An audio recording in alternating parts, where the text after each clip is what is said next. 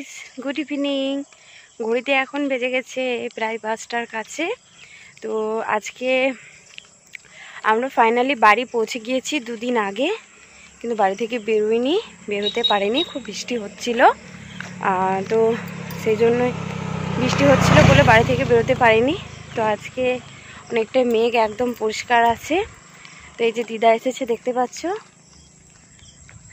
দিদা আর আমি একটু বাইরে বেরিয়েছি। দিদা হাই করে দাও।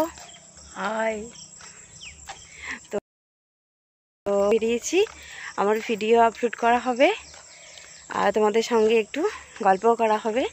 আর আমাদের সামনে এখানে সোলার ক্যাম্প, দেখতেই পাচ্ছ। দেখতে খুব একটা পাবে না, তার কারণ এখানে প্রচুর জঙ্গল আছে। হ্যাঁ, তো যাই হোক, এটা অন্যদিন তোমাদের কাছে শেয়ার করব, খুব ছোট্ট একটা ভিডিও। আর আমাদের এখানে শুধু গাছপালা, যেদিকে তাকাচ্ছ সেদিকেই গাছপালা, দেখতেই পাচ্ছ, জঙ্গল, একদম জঙ্গল। অনেকেই আসে ঘুরতে। হ্যাঁ, বিকেলবেলায় অনেকেই আসে এখানে ঘুরতে, ইভিনিং ওয়াক করতে আসে। আমরাও এসেছি।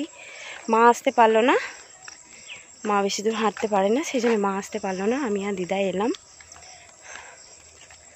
তো চলো, আবার দেখা হচ্ছে তোমাদের সঙ্গে।